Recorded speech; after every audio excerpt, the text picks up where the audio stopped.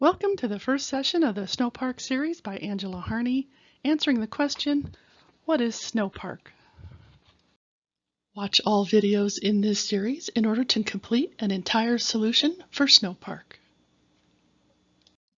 Angela Harney is a data engineer with extensive years of experience and is certified in Snowflake. We will be covering Snowpark architecture, the API, and development techniques. Snowpark is an API based on data frames that is automatically deployed to a sandbox. The sandbox is equivalent to a Docker container. We will cover more on sandboxes later. The great thing about the API is that it runs over data stored in Snowflake without having to move large amounts of data to where the application code runs. This makes it a great option for doing AI models over extremely large data sets.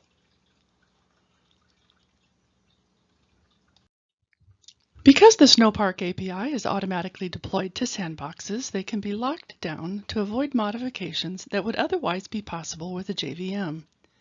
This is so that requests can be processed outside of the sandbox.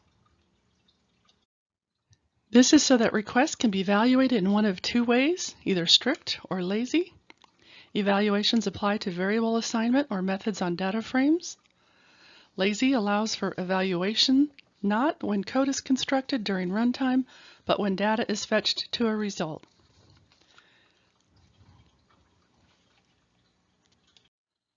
Due to the nature of potential runaway coding scenarios, sandboxes are provided to avoid crashes, infinite loops, memory leaks, and to avoid probing Snowflake's network internal files or data. There is a strict limitation that all processing must be done within a JVM.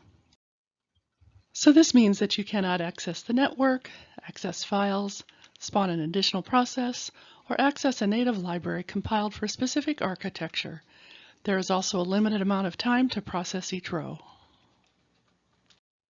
Snowpark API requests run and compute on virtual warehouses, following your existing elasticity, scalability, and consumption-based pricing selections.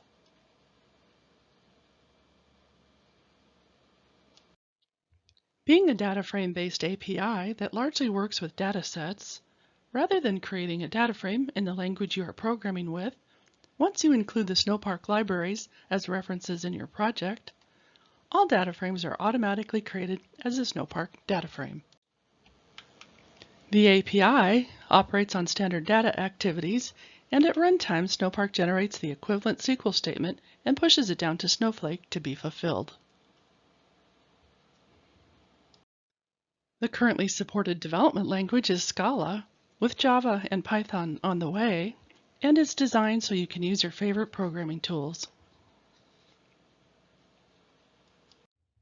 You can create client applications that run locally or can be uploaded to Snowflake and ran from stored procedures that are then scheduled from a Snowflake task.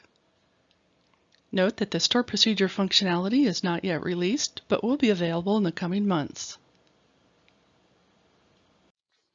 You can also create an application that contains a single complex calculation referencing additional libraries, or an application that contains a functions library, which is then also uploaded to Snowflake, where it can be called from other Snowpark client applications or directly from Snowflake for other ETL processing.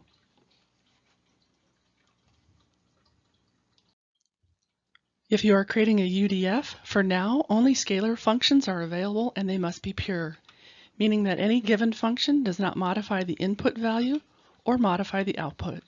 It cannot read or modify a global variable and can take no action visible outside the code. To give you an idea of a scalar function, here is a simple code snippet of a Scalar UDF. It is then compiled to a jar file and uploaded to a Snowflake stage using the put command in SnowSQL. We will take a look at how to register the jar file into a UDF in another slide. Each Scalar UDF can call only one method.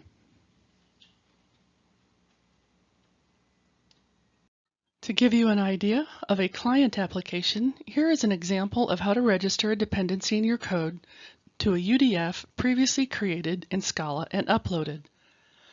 Once the dependency is declared, you can access the method in the UDF within a data frame.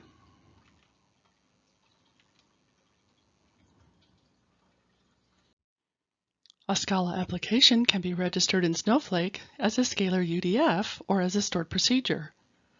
For a Scalar UDF, you specify the name of the jar file and the Snowflake stage as a location to be imported from, along with a handler to identify which method to be called within the code when the UDF executes.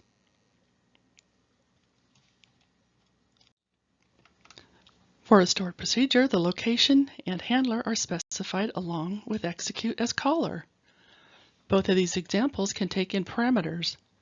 For stored procedures, the Snowflake session is automatically passed in as the first parameter.